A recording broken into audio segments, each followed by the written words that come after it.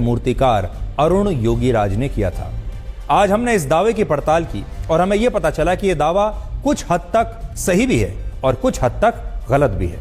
यह बात सही है कि प्राण प्रतिष्ठा के बाद प्रतिमा का स्वरूप और उसका आकर्षण बदल गया है और यह आकर्षण पहले से कई गुना ज्यादा हो गया है और जो भी इस प्रतिमा को देखता है वो आनंद में और भक्ति में डूब जाता है। वो कनेक्ट जो होता है आपका, आप उसे महसूस कर पाते हैं। चाहे आप अयोध्या में राम मंदिर ना भी जाएं, आप अपने मोबाइल फोन पर भी वो जब तस्वीर देखते हैं तो आपको एक अलग ही प्रकार के आनंद की अनुभूति होती है।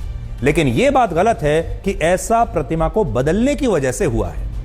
ऐसा प्रतिमा को बदलने की वजह से नहीं, बल्कि प्रतिमा में रामलला की प्राण प्रतिष्ठा होने की वजह से हुआ है। और जो प्रतिमा रामलला की प्राण प्रतिष्ठा से अलग नजर आ रही थी पहले, उसी प्रतिमा का स्वरूप प्राण प्रतिष्ठा के बाद पूरी तरह से बदल गया था।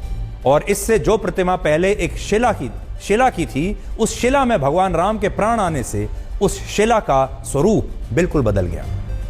और यही वजह है कि उस दिन जिस किसी ने भी प्राण प्रतिष्ठा के बाद रामलला की उसी प्रतिमा को देखा और उनकी आंखों के दर्शन किए, उनके नेत्रों से दर्शन किए उनके नेत्रों के, तो यह प्रतिमा लोगों को जीवंत लग रही थी और लोगों की आंखों में रामलला की प्रतिमा को देखकर एक साथ आंसू आ गए थे। यह बात रामलला की प्रतिमा को तराशने वाले मूर्तिकार अरुण योगीराज ने भी कही है और उनका कहना है कि जब प्राण प्रतिष्ठा के बाद उन्होंने भगवान राम की प्रतिमा को देखा तो उन्हें यह विश्वास ही नहीं हुआ कि यह प्रतिमा उन्होंने ही बनाई है और यह वही प्रतिमा है जो उन्होंने बनाई थी। यानी प्राण प्रतिष्ठा से पहले वो प्रतिमा अलग दिखती थी और प्रतिष्ठा के बाद वो प्रतिमा अलग ही दिखने लगी।